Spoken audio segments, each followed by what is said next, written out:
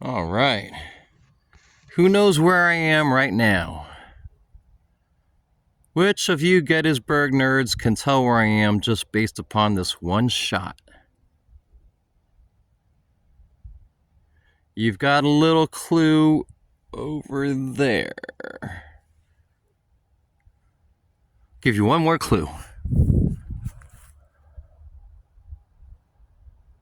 No guesses?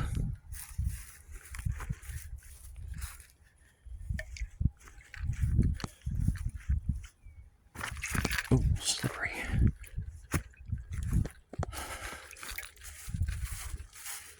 So I'm doing last trip or two I've been running my mouth a little bit and soapboxing, and I'm trying to stop doing that. And this morning I've been doing some off the beaten path stuff.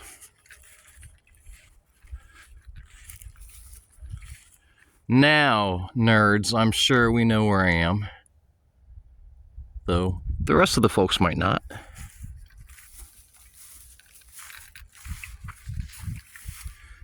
"14 CV? What could that mean? Probably means something Confederate, right?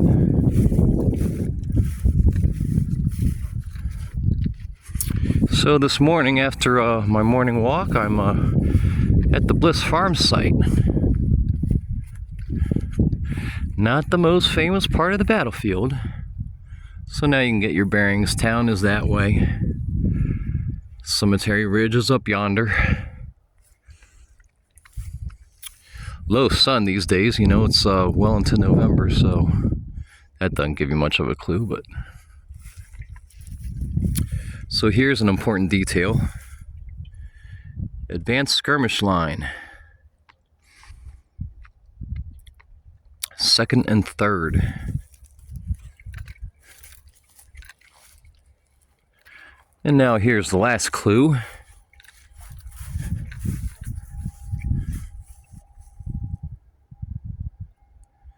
This, of course, would mean we are, well, I'm sorry, the shamrock is on a lot of monuments out here, but at this very particular spot, we are at the center of the site of the Bliss house and Bliss farm.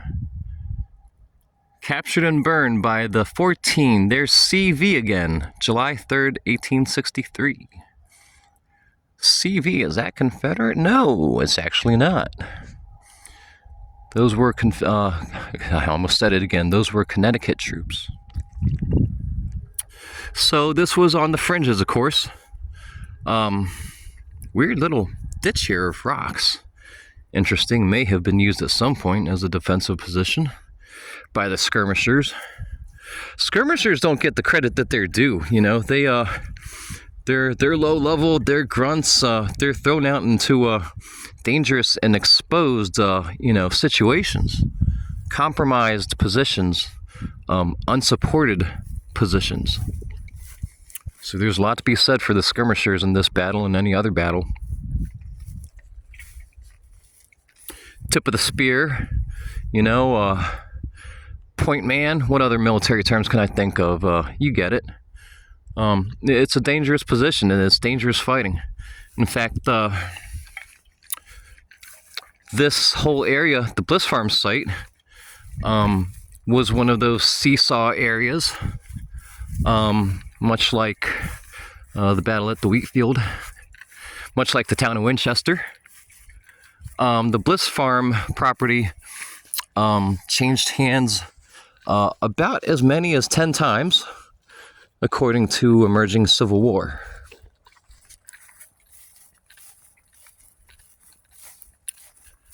Sorry, I'm still going with the phone, so you get no selfies, but that's okay. You don't have to stare at my ugly mug that much. You just get to look at the pretty scenery. 12th New Jersey. Honor of the 12th Regiment of Volunteers, detachment of which in the afternoon of July 2nd, 1863, charged the Bliss House, barred here, capturing the enemy's skirmish reserve of 7 officers and 85 men. All right. So that was a bold move, bold attack. Again, everybody on these perimeters are unsupported. They're unsupported by a you know, just even a regular, you know, division or battalion. Nothing like that, you know, no artillery support or anything, or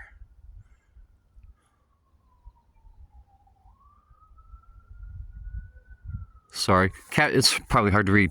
The 14th Regiment Connecticut Volunteers, AM July 3rd, 1863, captured here from Confederate sharpshooters their large barn of W.M. Bliss and his Welling house. Near and upon retiring, burned both buildings by order of the division commander. So this right here is actually the center of the barn site. This general area between here and here. The house, the structures no longer exist.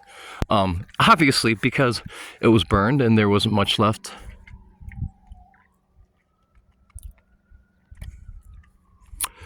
The property owners, after the war, did file a claim for $3,000, and a lot of people probably think that the claims weren't too hard to make, and, you know, as long as you could reasonably offer some evidence that you should be awarded damages, you were awarded damages. But the Bliss family did not. They filed a claim for about $3,000, and it was not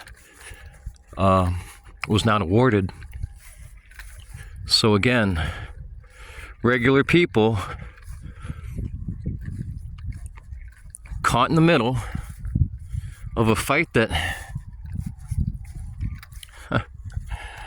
by outside appearances, seemed to be, you know, a good thing, the right thing, and end all wars and blah, blah, blah, and we're on the right side. But at the end of the day, they lost everything. They lost everything. There was nothing left, no home to come back to. The property wasn't worth very much in the condition that it was in. Interestingly enough, the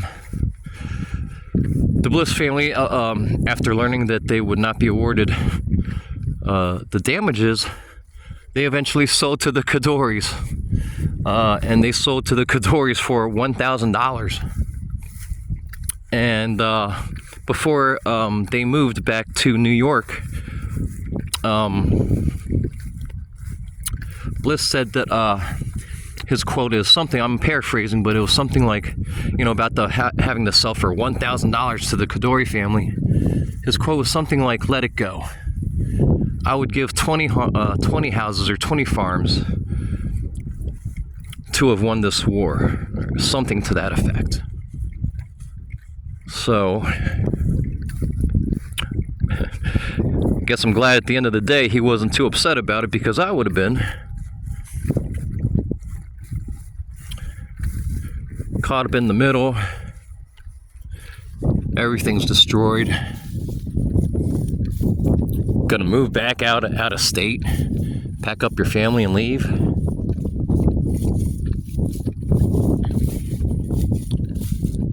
Not a good situation. But some people saw it as an acceptable sacrifice. And if you believe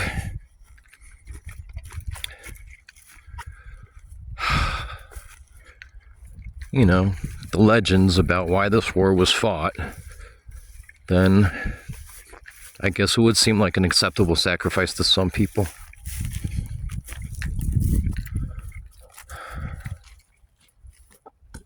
You know, my perspective, guys, on this ungodly battle, I know it's not popular. I didn't come out here to be popular. I didn't come out here to be the next big, you know, Gettysburg guy or Civil War guy, or, again, could never hope to catch up with some of the big hitters. There's, you know, I'm just too far behind. I could spend the next 10 years and still not quite be caught up to them, although I move pretty fast when I put my mind to it about learning things and figuring things out and researching stuff. But my point is to show you another perspective, and I'm not trying to force it upon anybody. but I hope it's considered, at least, because people don't even consider things anymore. They take their sound bites and take what they've been told, and they don't cognitively process stuff as much as they used to. And, maybe I've got this all wrong. It's possible, I guess. Perhaps. But maybe not. Maybe it's worth considering. Anyhow, guys, till next one.